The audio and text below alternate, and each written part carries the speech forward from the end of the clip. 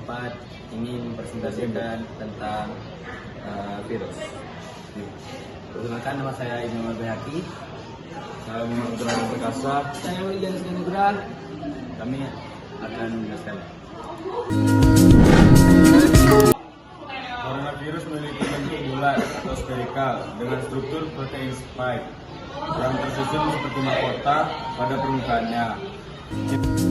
Ciri-ciri virus corona pertama, tidak dapat melakukan metabolisme sendiri.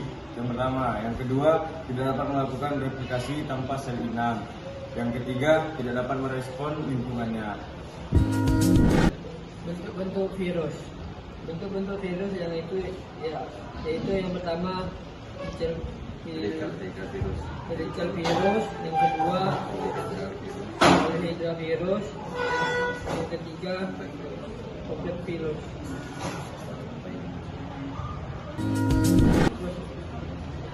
Siklus diagnostik menggunakan virus untuk menghidup dan menginfeksi sel inang dalam jangka waktu lama, sementara siklus titik menyebabkan kematian sel inang dan pelepasan virus baru.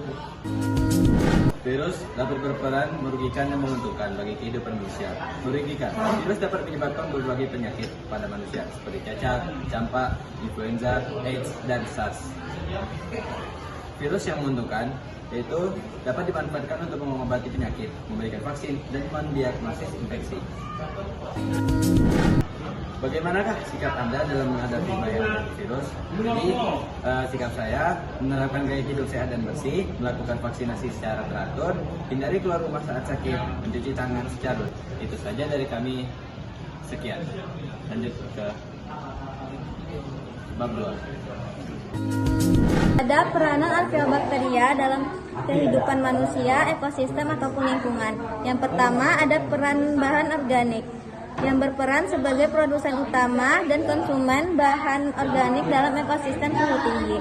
Yang kedua, sebagai penghasil biogas yang menghasilkan biogas yang bisa digunakan sebagai bahan bakar alternatif. Yang ketiga, peran mengatasi pencemaran.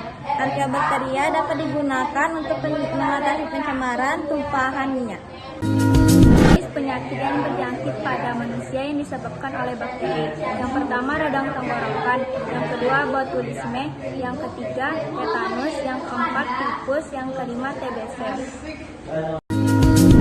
3 peranan menguntungkan eubakteria. Yang pertama, sebagai produksi antibiotik. Yang kedua, pengolahan makanan. Dan yang ketiga, fermentasi makanan. Kemudian, apakah eubakteria memiliki peranan menguntungkan dalam ekosistem atau lingkungan? Ya, eubakteria memiliki peranan menguntungkan seperti penguraian sampah, fiksasi nitrogen, dan produksi oksigen. Apakah peranan cyanobacteria, alga atau ganggang biru dalam kehidupan manusia atau ekosistem lingkungan? Peran menguntungkannya, pertama ada peran fotosintesis sebagai penghasil oksigen. Yang kedua, penangkap nitrogen, menghasilkan nutrisi pada tanaman. Yang ketiga, suplemen makanan, produsen protein tinggi. Yang keempat, pemberdayaan ekosistem sebagai organisme fotoautotrof. Peran merugikannya, 1. Blooming dari produksi racun, kerusakan lingkungan. Yang kedua, efek negatif pada pertanian perikanan.